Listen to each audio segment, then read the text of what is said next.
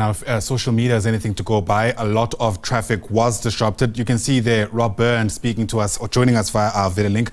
No stranger to us here at the SABC. Rob, great to see you at this time, no less. I mean, I was listening to some of your reporting earlier this morning about the impact that the strike might have had. Perhaps paint the picture for us for around what you could see then and perhaps what the situation is looking like now.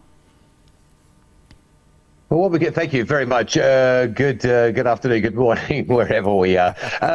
What we saw this morning was, I'm used to doing this very early in the morning. All right, so what we saw this morning initially was some disruption around the Tembisa area. These were commuters that were stranded, some graphics that we're putting up on the screen, just showing you what we were seeing earlier this morning. There was some word early coming out of Tembisa that there were no taxis available. That very quickly became no taxis in Ekurhuleni, no taxis in Boksburg, Benoni. There's a deserted rank in the Benoni area this morning. So it gives you an idea. As the sun had come up, the commuters were still there and no taxis operating. This is what we then saw in the Germiston taxi rank.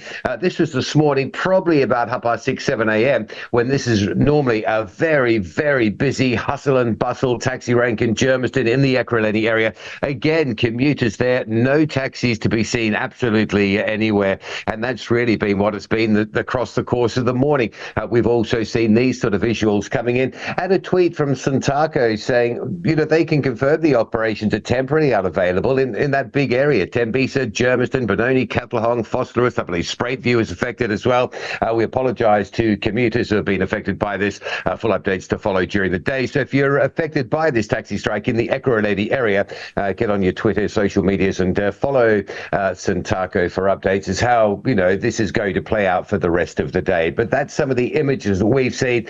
Wasn't such a massive disruption traffic-wise, but it was a real inconvenience for commuters who just couldn't get to work or their places of learning.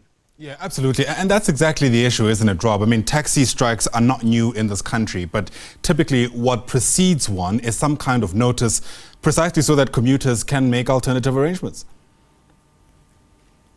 Yeah, exactly. There was some talk maybe around the ranks last night about the taxis not being operational this morning, but I think on the whole, it caught everybody by surprise. And I think what we're hearing is the issue may be that government's put some buses onto some taxi routes as well. So there's issues there that need to be sorted out around general, commuter availability. Government obviously is putting the buses there to increase availability, but taxis, I believe, they don't look too fondly upon that. So that's where we are at this stage. And hopefully situation can be resolved and commuters can be back on the taxis quickly.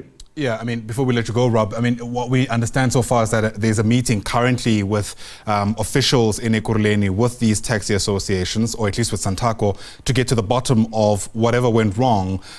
So for all intents and purposes, the way back for commuters who had to go to work is going to be as complicated.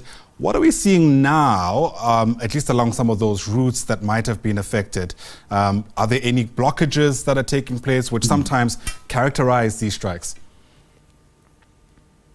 Yeah, no, you're right. And that's always a fear, isn't it? No taxis available in the morning for commuters and learners, and then chaos in the day as taxi drivers take their grievances to the roads often. But we've seen none of that. It's been relatively calm.